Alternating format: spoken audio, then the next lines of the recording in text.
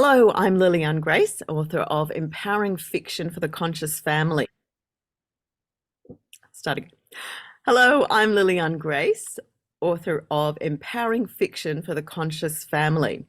And I'm here today with Joel Schafer, who I met after I heard him talking with Jason Brashears, the creator of the channel archaics.com. Now we're having a very interesting conversation about the world being a simulation and shamanism and all sorts of things. And he referred to Carlos Castaneda, Joel did. And I had just in the previous few days started to read a Carlos Castaneda book again that I hadn't read for many years. So I thought it would be great to connect with Joel directly, which I did. We had a good chat, and I've asked him to come and share a little bit of more of the same with you. Mm-hmm. So welcome, Joel, who is a student of shamanism, or another way of expressing it is a Toltec dreamer. And I would love it if you would share with the people who are watching this video a little bit about what it is to be a shaman and what that journey is and how you're involved with it. Awesome. Thank you. Appreciate being here. And I was really fortunate to meet some really rare and powerful people when I was quite young who introduced me to the Carlos Castaneda material. And so my introduction to shamanism comes directly from the Castaneda books, which are extensive. There's many, many books, and for people that really get into them, we read them over and over and over.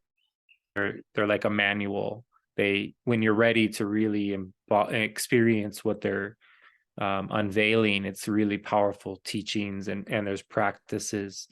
But I went and trained directly with shamans in order to have another interpretation of what I was learning through the books.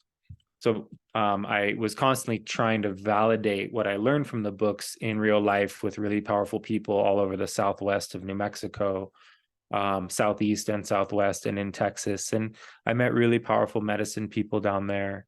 And I had live-in apprenticeships, like really intense, life-changing, 4 or 5 years of intense training, and with one teacher and then others. And so we did vision quests and sweat lodge, and we were pipe carriers and very, very spiritually focused, very active in the traditional Native American training, which can be really powerful. That's not what the Castaneda books do. They're more focused on magical passes, recapitulating, and dreaming gates, right? So that's my passion, is learning about what's possible within dreaming awake consciousness as well as dreaming asleep consciousness. And there's all kinds of information in the Castaneda books about this, but when you really start applying the techniques, your energy shifts and you go through real massive changes, these little mini ego deaths. And shamans are basically people who are functional schizophrenics. They learn to see energy, which, if you're not prepared for, that would be overwhelming, and you'd want to take a pill and shut it down. And so for shamans, there's no such thing as a hallucination. It's just all energy. And our interpretation system, though, can be skewed. So shamans learn to refine their perception and to learn to stay in silence for long periods of time and move into what's called the active side of infinity, beyond the meditation, the more the lucid side of dreaming. And so there's a lot of practices that we call not doings, which are little tricks to get yourself out of your mind and into your body.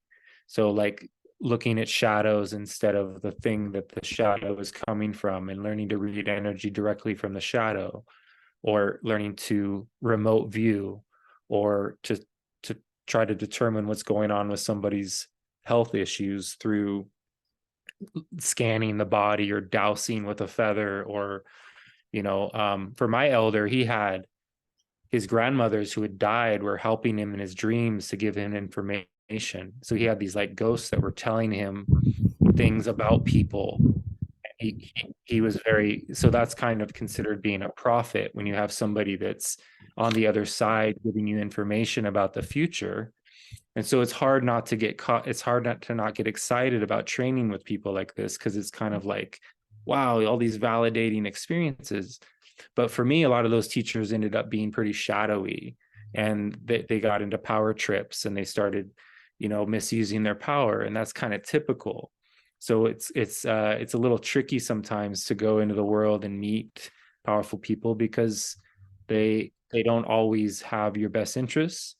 But I felt guided to go train with all these people, and I went in and I got out and I learned a ton, and I'm really thankful I did.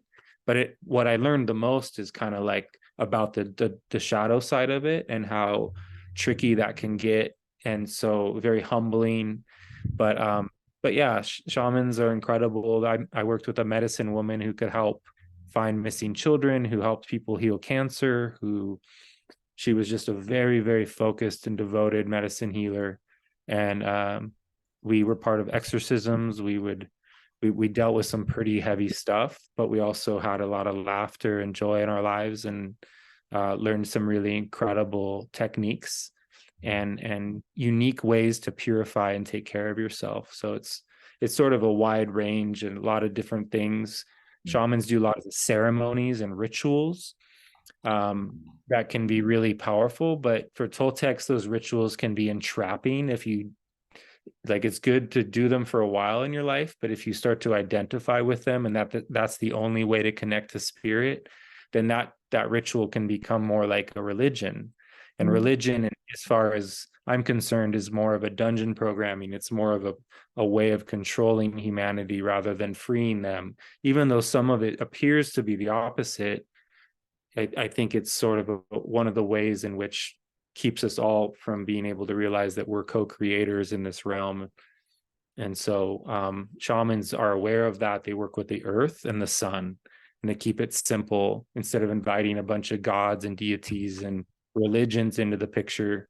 It's very earth-based, typically. Yeah. Oh, that's a good overview. Thank you. Welcome. Sounds like it would be an amazing, fascinating journey. I did some sweat lodges, in the past many years ago. But what's a pipe carrier? Oh, Yeah, so the legend has it that Buffalo Calf Woman came to the people and said, this is a way of connecting to spirit. And so there's a piece of pipe stone that is turned into a pipe, and it's used for tobacco, and then a wood stem. And if you're honored and be given the role of pipe carrying, then an elder will gift you a pipe. But nowadays this is very tricky. If you're not native and you have a pipe, then other natives are going to be angry, and so it's kind of like an issue. But yeah, to be a pipe carrier means that you pray for other people. So somebody might come and have a problem, and they need you to basically hold a pipe ceremony so that they can cry or release or ask for help. And so you're kind of like become a space holder. And the male and female part of the pipe is very symbolic, and it has to do with our relationship with everything. Because my elder said that there's only two tribes in this world: the tribe of man and the tribe of woman, and that if those two tribes could learn to work together, then everything we could heal this situation we're in. yeah. And so pipe carrying is about peace. It's like they used to call it a peace pipe. But yeah, pipe carrying is a real responsibility, and it's a ceremony. It's something that is typically brought into Sweat Lodge in the fourth round of at least particular. There's different types of sweat lodges, but usually there'll be a pipe involved. It's just one of the tools it's something you take with you when you vision quest, and it's part of your process. And tobacco is actually a power plant. It can get you just as high as any drug out there if you know how to use it. Most people, though, if you take in too much, they'll puke, or so you have to learn how to handle the intensity but it'll help you leave your body Right. if you know how to use it, if you kind of build up the tolerance. So that's part of the pipe carrying process, is that you have a relationship with the plant tobacco. And then you often will use tobacco. If you're going to like kill a plant and eat it, you'll offer tobacco. If you're going to like cut down a tree, you offer tobacco. So tobacco has always been a way of honoring the earth and letting, bringing sort of more of a deeper connection to these. When we take life, we honor it by acknowledging what we're doing. So, are you saying that if you're going to cut down a tree, you would sprinkle a bit of tobacco on the ground or something first As an offering, as an yeah, offering? bringing consciousness to the act. Yeah, yeah. I Same really way. like that. So the pipe carrying was not the Carlos Castaneda. So you mentioned three things. You mentioned magical passes, recapitulation, and dreaming gates. Yes. Please elaborate. What are they?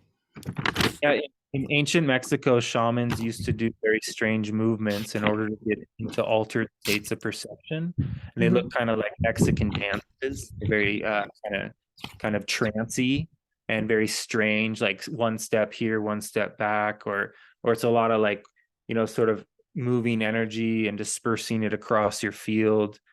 similar to Tai Chi or Qigong, but it comes from these shamanic traditions, and so they're designed to inspire lucid states of consciousness or lucid dreaming, and they're very strange. And the more people that you get to do them together, there's like a human mass effect, like waves of energy move through the crowd. It's very, very Mhm. powerful. And there's thousands of different forms that have come out over thousands of years. They've been doing them, and yeah, they just are a way to basically redistribute energy. That shamans say we have a luminous cocoon that surrounds our physical body, or like a torus field, and there's energy on the outer perimeter of it that we don't normally access. But if we go out there and grab it and break it up and apply it to our organs, it's just energy that's sitting there being unused, and we might as well grab it and integrate it into our bodies, and it'll strengthen our organs. And they say that our organs have secondary functions. So like the womb is the most powerful organ because of its life-giving property. It's also what's called the dreaming box, which is where evolution used to stem from. Women used to determine our future. Women used to be powerful in this realm, and men used to protect women, and everything was powerfully balanced. And the way in which we're being manipulated is to make sure we don't really realize how the simplicity of that. And so the patriarchy and the feminist movement, all these different ways in which people really got into conflict rather than into harmony with each other. And so the movements are designed to help us remember our more natural state of consciousness. And what they do is they lend you the energy to focus on the recapitulation, because recapitulating is actually quite difficult unless you have an extra bit of energy so you can focus, because we're quite distracted people. And the only way to stop being so distracted is to sort of consolidate our energy and get kind of this what we call unbending intent. Mm. And so we want to reach a state of intensity in which we can go into our memories. And that's what recapitulating is you go into a scene and you breathe in the energy that you left in that scene, and you breathe out any energy that's not yours. And it's a way of like Okay. ties or soul retrieval. You could have a medicine person do this on your behalf, but the real version is when you learn to do it for yourself. The cool thing that can happen is you can start to remember your childhood between 0 and 3, when most people don't have access to those early childhood memories. If you recapitulate a lot, your memories start to get really strong, and all these feelings will come back to you that you forgot all about, more and more and more and more, and it gets rather intense, which is the whole point. We want our youthful energy to come back to us, and our because that's where our imagination and creativity actually is. And it all got cut off when we got put in schools, when we got told to stop playing and stop expressing ourselves. So Mm. there's a lot of affection that was naturally pouring out of us, but we got conditioned so early, and the magic was sort of, we were told that magic isn't real, and so we got basically hypnotized to follow in suit with our parents and our grandparents and everybody's conditioning. So we're socially conditioned creatures, and it's very difficult to free ourselves from the social conditioning. But the recapitulation is the most powerful way to free ourselves from those conditions. And if you recapitulate a lot, eventually you're going to start to have really powerful dreams and lucid dreaming experiences. And so that's the benefit of recollecting your youthful energy, your imagination, is basically getting your dream power back. And so you can use, there's things called dreaming gates, Mm-hmm. where you learn to become conscious in your dreams. And you, by learning to control your dreams, you can go to sleep in a dream and wake up in another dream, and then go to sleep in that dream and wake up in another dream. And if you can keep going layers deep like that, it's kind of like the movie Inception. You're able to start to unlock different, deeper and deeper levels of dreams will reveal deeper and deeper secrets about our reality. And if you can go into deep levels of dreaming, you'll actually meet what they say is your parallel being. And this being is connected to you and is maybe even the being that is dreaming this dream that we're in right now.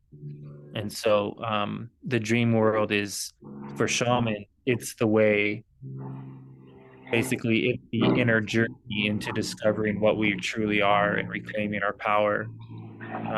So there's just lots of dream experiences that not only Well, happen at I'm just nighttime. I'm just going to interrupt you and ask you to say that again because it's beautiful being outside to do this interview, but I just had a plane go past. Yeah. So we Oh, might have no lost worries. that last sentence. So you were talking about, Yeah. but I actually will take you back for a moment anyway because you talked about meeting a Yeah. parallel being. Yeah. Is that something like Jason Bashir's in his channel is talking about that we have a real self, immortal self on the outside of the simulation, and on the inside of the simulation we are an avatar. Is that the kind of thing you're referring to? I'm open to that being possible. I don't know. I don't Okay, I yeah. don't have the same input as Jason. Like, what he thinks is going on is different than what I think. And yet I'm open to his, maybe they're crossing paths and they're Mm, meeting. And I think a lot of it is. Jason's not is into the dream stuff. He's more into, like, that it's like technological. I think technology is magic. And so mhm, whether it's technology or not, it's still all magic, and therefore it's all just dreamt forward. It's all created out of pure energy. And so it's very possible. But yeah, the parallel being is like a being that, so basically, like Jason and I agree on this, that this is a projection, this is a projected reality. And if you could go backwards through the stream of consciousness that is projecting this experience, you could get to the part of you that is actually dreaming this, mhm. and you could jump into a groove. And there's other grooves, like on a record player, you could jump into another groove and you could access alien worlds this way. You could Right. go into other realms that have no relationship to this one. They're entire other experiences. And if you're not careful, you'll get noticed in there. Just like when these other beings pour into this world, it's like, oh shit, there, and like there's places in this world where they do that. So getting to know how portals work and how all this vortexes and all that stuff's real, and it's actually quite dangerous. And you could ask for help from somebody on the other side of those things, and they can be untrustworthy, and you could get yourself in all kinds of situations. So having a teacher and having someone to kind of anchor you as you learn about these things is actually pretty important. Mm. It does sound it's fascinating and it's wonderful. I think it's wonderful that there's so much more to life than the Yeah, I mean, status quo that we think. And there are lots of, totally.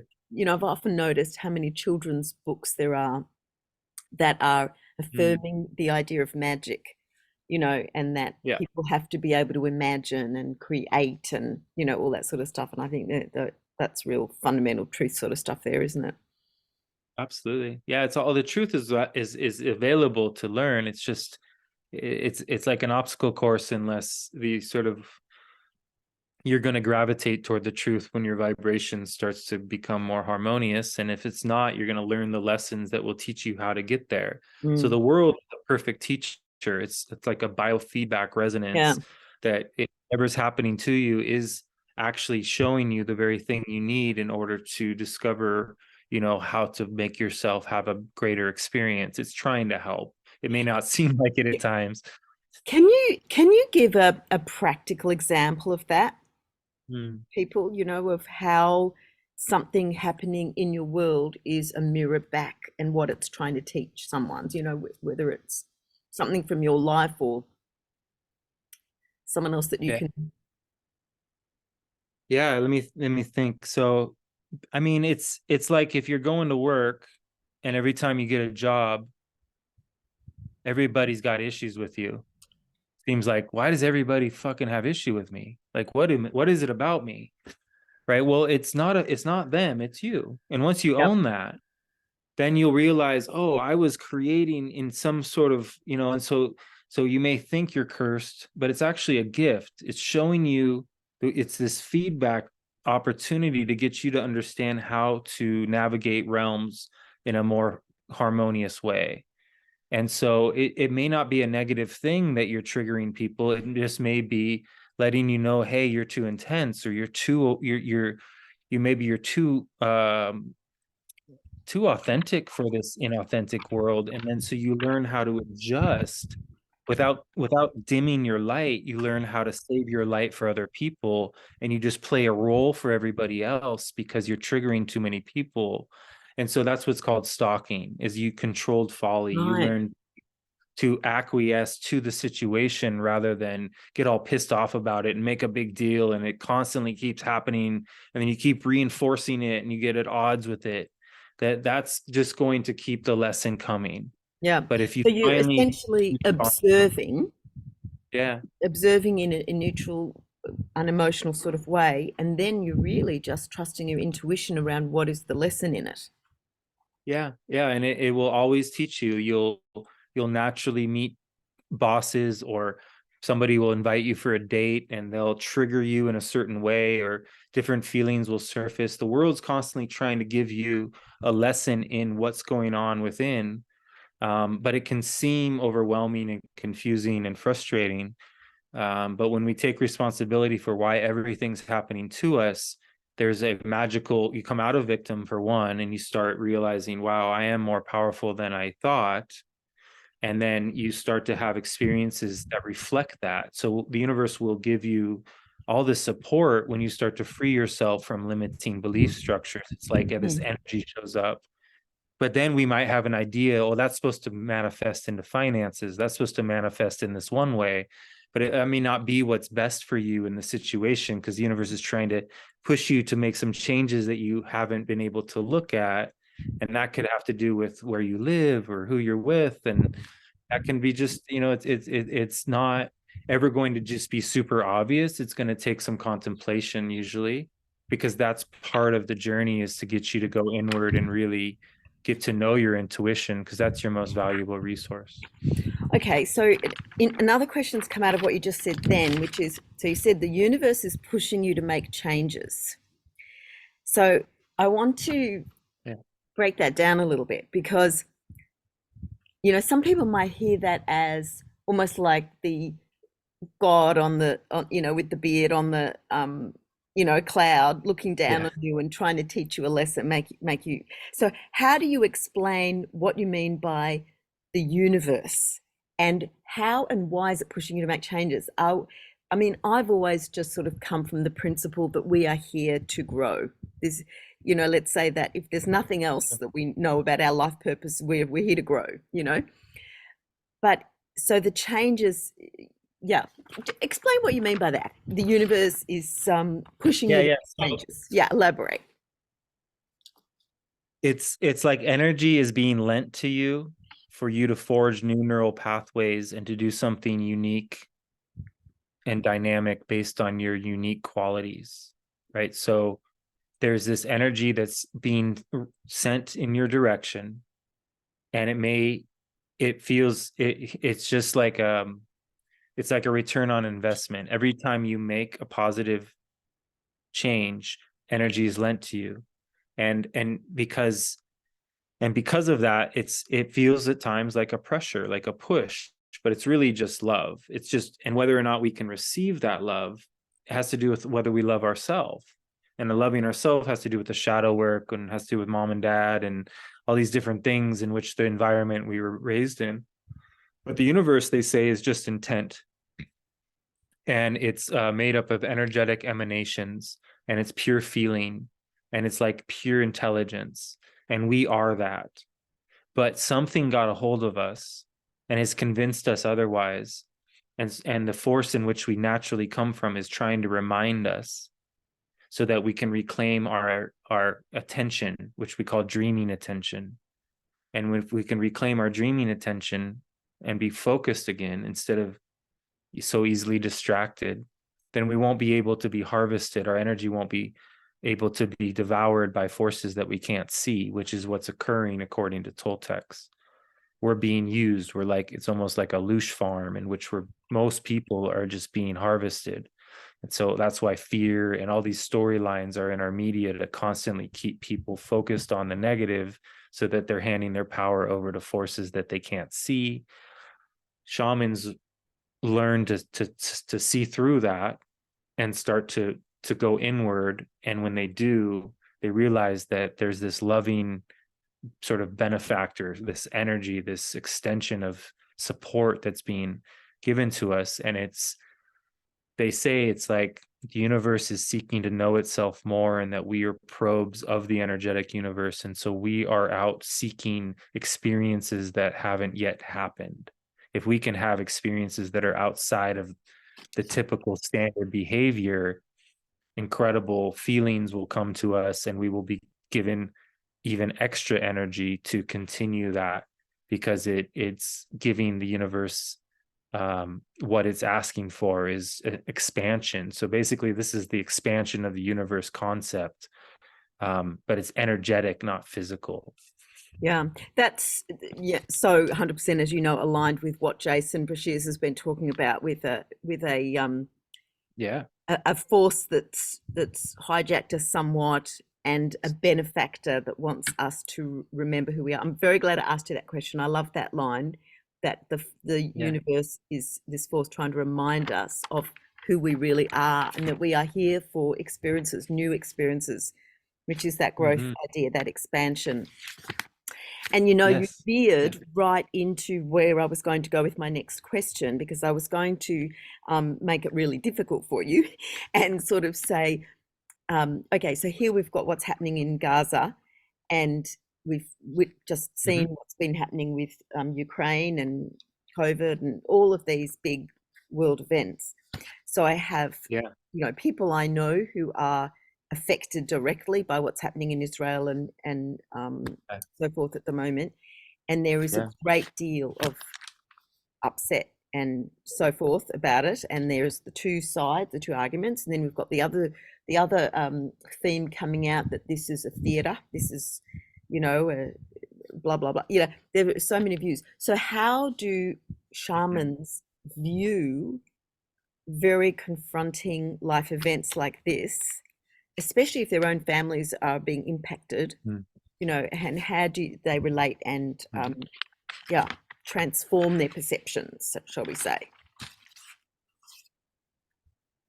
Yeah, I mean, well, as Jason talks about, that this is a predatorial realm, and you have to learn how to insulate yourself from the chaos, even if it is with your family. So it's kind of like we got to wear the oxygen mask before we put it on somebody else. Otherwise, we're not going to be okay, and we won't be any help to anyone else. So yeah, there's going to be challenges in this realm, and this is a world in which ritual murder is conducted as a means to manipulate realities, and that happens through, these are banker wars, these are planned events, these are we're all being used by people who don't get touched in these events, right? And so rather than get angry at these vampires for what they're doing, we want to learn how to not hand them our power, because they actually feed off of our anger toward them. And I'm not saying we shouldn't be angry. It's okay to feel anger and get your emotions out. But if we get caught up in thinking that we're going to go to war with these tyrants, that's just that's fall right into their hands. That's what they want us to do. And so shamans learn to go inward and access their power and their gratitude for their existence, and discover the lucid side of their dreaming. So an example of that, you learn to use your dreams and your intuition to know what to do if you're in a conflict. use your power to stay alive, use your power to do the best you can within the situation of the obstacle course that you're in. And if you're constantly handing your power over to forces by being angry at them and being a victim, then you won't be able to manifest the reality within the situation that would benefit you the most. So, as Jason said, if you learn to basically detach from the theater that is occurring around you, you can insulate yourself. You might be the only one in thousands, but the more people that learn how to do this, it's like the 100th monkey theory, that it starts to spread. So it seems like a cold thing to not care. It's like, it's not that we don't care or we're indifferent. It's that we have to detach from it enough in order to basically connect to the earth mother, connect to source directly. And so in some respect, religious people are going to have an advantage because they know how to go into such deep prayer, and they know how to like really go into focused states, and they're not caught in blaming others, but they're in more about forgiveness. And that can be really all the difference that is needed sometimes in order to create that insulation for you and your family. Toltecs would recapitulate what just happened. They would breathe in and out the story and let Right. it go so that Of it course. doesn't go up to their house. It's like a way of protecting your family. Thank you. That was really interesting and very useful. And I apologize for the resident frog or toad or something that we have living in the pipe up there, that I don't know if you heard it, but it was rah, rah. Just won't stop for a minute or so. Anyway, no, that was really, really interesting. Thank you. So, all right, to wind this up Yeah. to a close, please finish with what you considered to be, share a little bit about your work, what you do, what you offer, how people can find you, and also anything specific that you would just like to offer as a gift for people who are watching this video to take away. Okay, thank you. Yeah, so I mentor one-on-one with people, and I help people in a more of a coach mentoring sort of setting. I do teach the movements during those sessions as a way to help people have a tool that they can use. And I help people recapitulate, but I often also just am in place to, help people with life decisions and help people to get clear about what it is they really are feeling, because often it's hard to get, we have inner conflicts and we just don't know. And it's often that there's an emotional block or some unresolved trauma that needs to be worked through in order for us to become empty enough to get a clear answer. And so I help people in that capacity. My wife and I hold community meetings every month. So if somebody wants to send me their email, you'd be invited to those. And it's really powerful to connect with large groups of people and have discussions about different subjects. And those are all free. And I do free consults to begin with. So if anybody just wants to check it out, it's, no commitment. And then I do workshops in person, and I teach, I speak and teach some martial arts stuff as well. And I take people into the wilderness and do guided sort of experiences with when people are feeling ready for a deeper jump into this training. And so, yeah, I'm a big advocate for getting into nature and to really connecting to the mother in different ways. So I really recommend people play with getting connected to the sunlight and using sun gazing or some form of drawing sunlight into their body more and more. It just can be for shamans, the sun is consciousness. And this whole experience that we're in is not about what happens or what doesn't happen. It's about our personal relationship with consciousness. And so the earth be fine. It's whether or not consciousness is going to be okay, like the consciousness of humanity. So we are powerful creatures. We've been convinced otherwise.